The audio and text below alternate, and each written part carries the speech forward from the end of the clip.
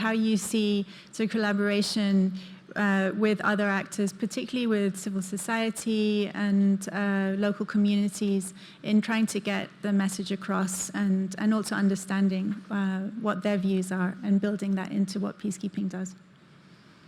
I think this should be a deliberate effort that starts even before deployment, built into the work that starts in advancing and preparing for the particular situations that the peacekeepers are going into, including language and cultural and other factors that affect the success of the mission.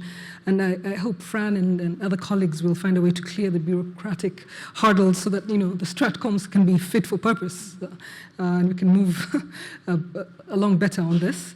There's also, there should be an aspect of active dialogue. It's not just about missions informing the communities, they should be informed by the communities.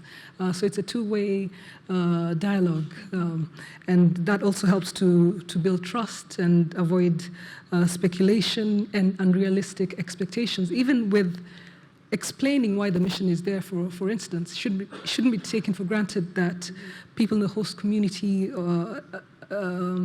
understand why the mission is there. This has to be clear right from the beginning.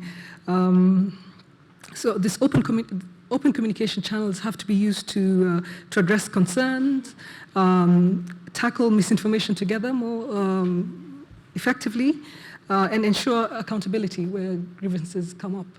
And there should be an effort to really encourage local input into addressing areas of concern, especially around sensitive issues.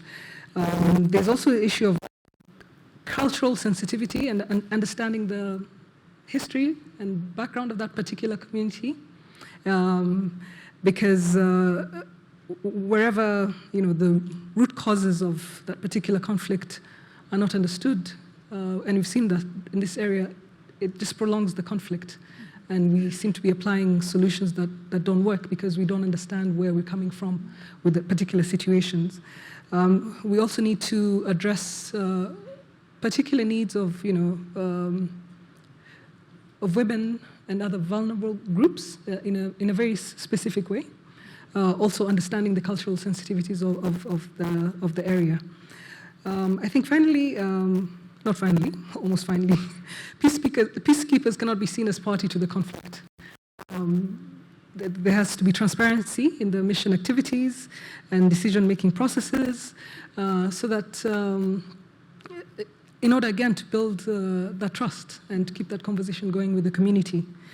There's one more thing that I think is not talked about enough and we need to examine, and that's the role of mainstream media in, including regional and international media, in perpetuating misinformation. And there's a wider context to this, especially in reporting on Africa and other less developed regions. I mean, across the world, media budgets, even in big media outlets, budgets are falling, yeah? Which means there's a reduction in staff, which means the foreign bureaus are not the same as they used to be. They're not staffed the way they used to be.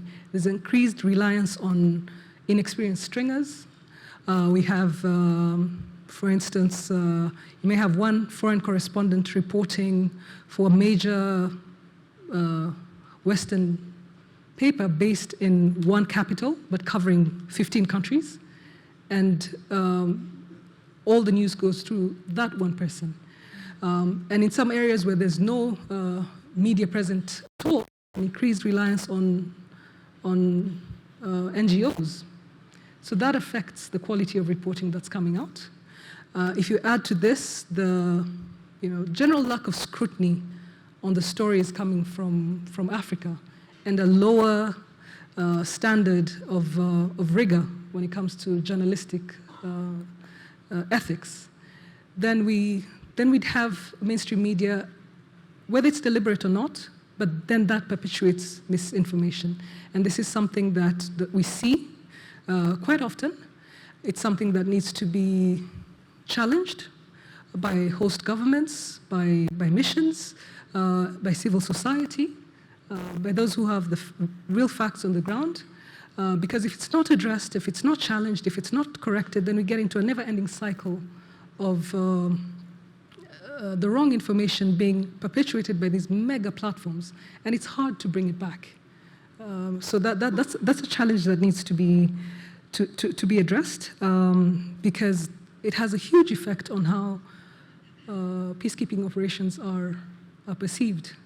I'll give an example again about Rwanda, for instance. We've had several times, I have personally called editors in Paris, for instance, and major news agencies where there's a story, for instance, on sexual exploitation of minors by a particular troops from a particular country.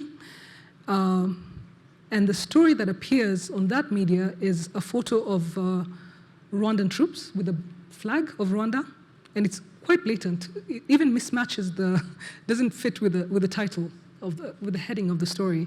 So when you call the editors, like, I think there's a misunderstanding here. This story is about this issue, and the photo that's illustrating is completely different. So we've had them apologize and then do the right thing. But if you don't point it out, it just stays there, and it goes into the database of misinformation, and then AI comes in and picks it up, and then it's hard to correct later. So we need to be aware of this and find ways to work with mainstream media, understanding the limitations that international media faces these days, and then work within that to ensure that the right thing is being done. Just addressing the question about host governments being the spread of misinformation.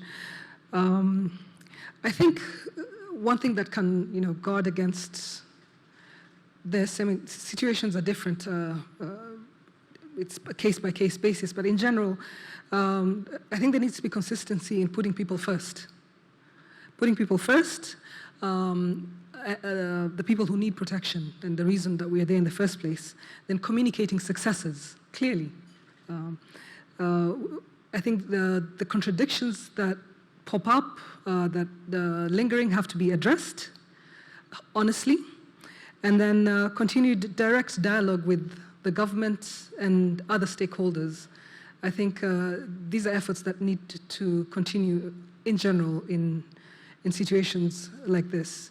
I mean, if we give an example of, for instance, I know MONUSCO's taken a beating lately, but there's some successes that need to be talked about more. I saw yesterday that they tweeted about that in the last 20 years or so, over 10,000 ex-combatants have been repatriated to Rwanda, where we have a very successful DDR program. That's a very positive thing, not well known, and it's something that MONUSCO has managed to do, working with other stakeholders here in the DRC over the years. And along with, if there were other actions, positive actions along that, in that direction, then we could go some way into starting to resolve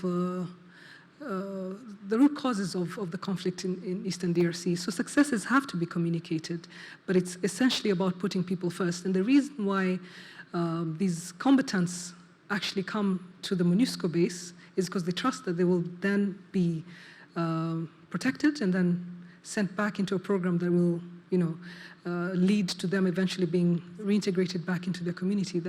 That's a good thing. So these have to be communicated quite clearly, so that the respect for this mission grow and the trust becomes more entrenched.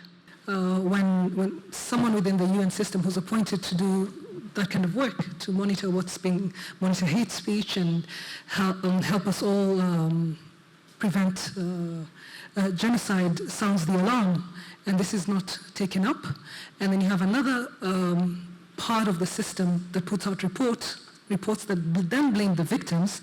There's a contradiction there that needs to be addressed. And even more, sorry about this, about MONUSCO also, in terms of consistency, we saw I don't know if we saw what happened this weekend, right here at the border, 200 kilometers away from where we're sitting right now. We had the same people same groups, illegal armed groups, including the FDLR, who are who are responsible for hate speech in Eastern DRC were at the border on the DRC side, armed, with children mingling in the crowd, shouting hate speech with their guns. I didn't see any communication about that. I don't know if there was any kind of social listening about that, but that's an example of something that's left unsaid by the right people that then contributes to the perpetuation of hate speech and emboldens the people who continue to do this. And then it has a direct effect on people's lives, including on exodus of refugees seeking safety across the border, that then go into another UN system for protection, and another host and another government. So I think all these are tied together, and this is the point about consistency. So yes, we need to communicate successes, but we also need to point out the challenges and where when threats emerge that are very clear to the naked eye. You know, hundreds of people with guns at a border shouting across words that we all know very well historically, that we all recognize, that the UN has been teaching us about for the last almost 30 years. I think this is something that needs to be addressed, and it cannot go without being said, because we're living it right now.